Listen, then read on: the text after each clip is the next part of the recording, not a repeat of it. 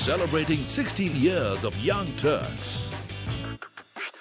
Let me start by asking you, specifically, what are you going to do to ensure that you create a robust ecosystem for technology disruptors to operate out of the state? Ultimately, you have to give cost-effective and also most livable.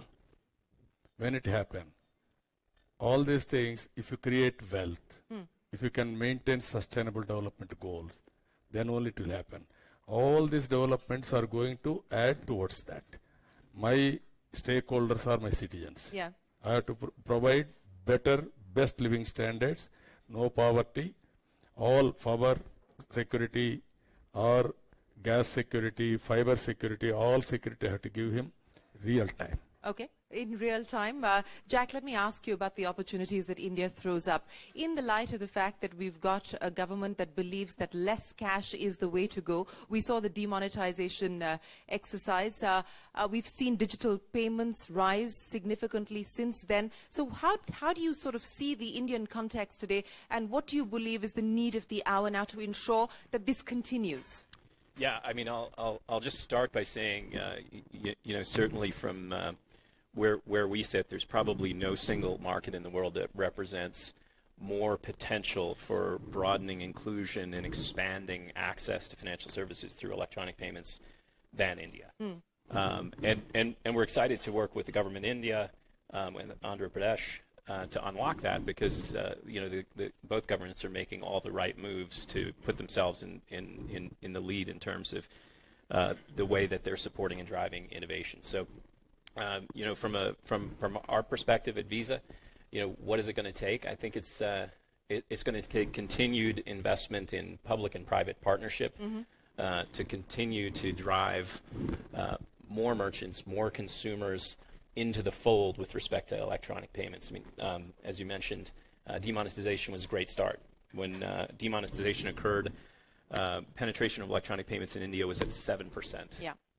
It's at 50% globally. So we have a long way to go, but we've made a lot of progress in a very short space of time, supported by investments in innovation by companies like ours, but moreover by the Indian government itself. You know, before I get to Raj, you spoke specifically about public-private partnerships and how that is nurturing this digital payments ecosystem.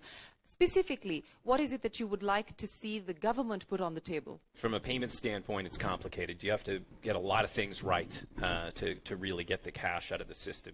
You've got to get the consumer there. You've got to get the merchant there. You've got to get the financial sector there.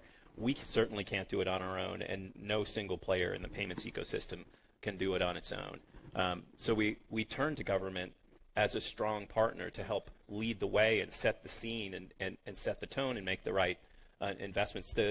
What the Chief Minister talked about earlier in terms of just being declarative that less cash and cashlessness is important is all by itself an important move that governments can make.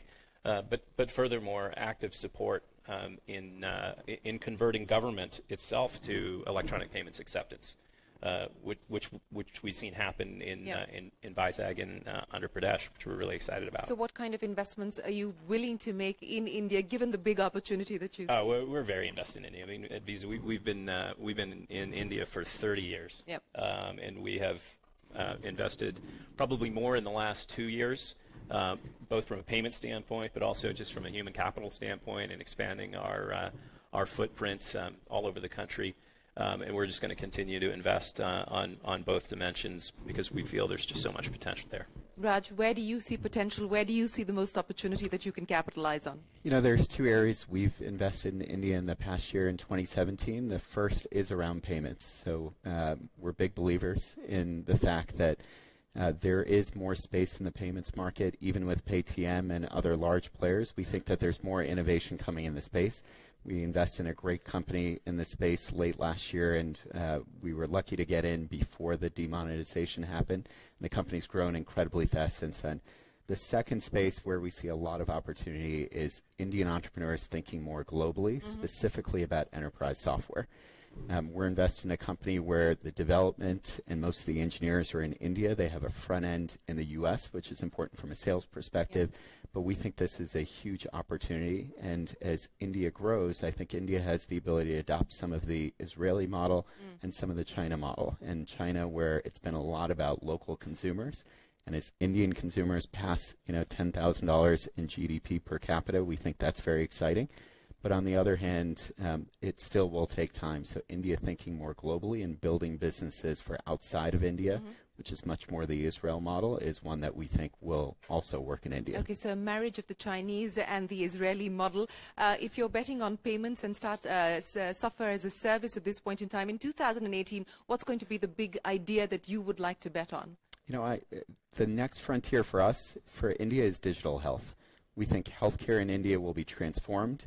Younger people who have more discretionary income, who are more aware of their health and want better treatment options, and elderly people. And when you combine that with a large portion of people who are not near a primary care provider, we think enterprise software in digital health is the next frontier in India. Okay, digital health, next frontier. Let me ask you about the opportunities that you see in India and what looks ripe at this point in time from a bet that you would like to make. So, look, in general, AI, IoT and blockchain have been referred to here today a few times, and that won't surprise anybody. Since you're talking about blockchain, and this is the big buzzword that everybody's sort of trying to understand and grapple with at this point in time, governments included, in India, and I think this is something that governments around the world are dealing with, how do you treat cryptocurrencies? What do you do with Bitcoin, for instance? And I think this is a conversation that currently is consuming the Indian government as well. It's not legal tender, but then do you regulate it? Do you allow it to happen? Where do you see the future for cryptocurrencies and for things like Bitcoin? Sure, okay, that's a very good question. So let's talk about a Bitcoin as a first generation blockchain protocol. And it was designed, it's a fantastic invention. Designed to be a cryptocurrency, but today I think we could all agree that it's not necessarily being used as a prevalent medium of exchange. So it's more of a speculative instrument right now. But what underpins it, of course, is a fantastic invention which has proven consensus mechanisms, and it's also proven that we actually don't need a company in the domain of the intermediary. Now, this is a big deal. Yeah. If you think about the business models of the last 30 years, the last 3 decades, the majority of the most successful business models have been dominated by intermediaries. So you think about banking, exchanges, eBay, Facebook, Google, Amazon, Airbnb, Uber, they're all intermediaries. Now, blockchain eats intermediaries for breakfast. So it sounds like a very outlandish statement to say that the new economy darlings are now the most vulnerable organizations on the planet, but that's true. But that's trillions of dollars of value that's migrating to decentralized systems where there will be no company. Now, in terms of currency, so in third generation protocols beyond Bitcoin and Ethereum, we'll see that cryptocurrencies become pegged to things like fiat currencies, or better still, baskets of fiat currencies. So we'll have inherent stability in those, and they'll become a medium of exchange, and tokens will be something else. They'll be important to the proper functioning of the system. So these things pull apart. How critical will it be for central banks to support cryptocurrencies if we need them to work? Well, they will. And in fact, a number of central banks already have been exploring for quite some time issuing crypto-based fiat, which of course will be a form of pegged. A couple of Western economy governments have been concerned about the demise of cash in their society. Yes. So we had another GFC or a worse event, then cash is often, or money is existing on bank-issued plastic. So if financial institutions cease to exist, there would be no money. Yeah. So central banks are realizing that they need to have an alternative to cash, which is not dependent upon banks. So given the fact that you see the activity in the Bitcoin, especially at this point in time, is largely speculative, do you believe that we're headed for a bust?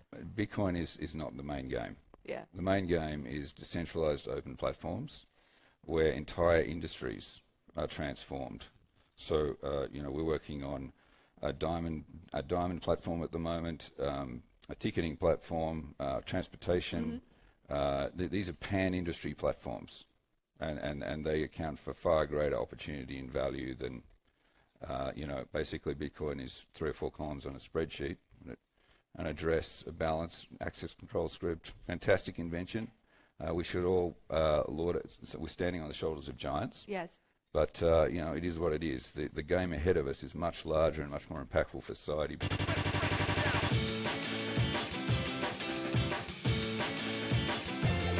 celebrating 16 years of Young Turks.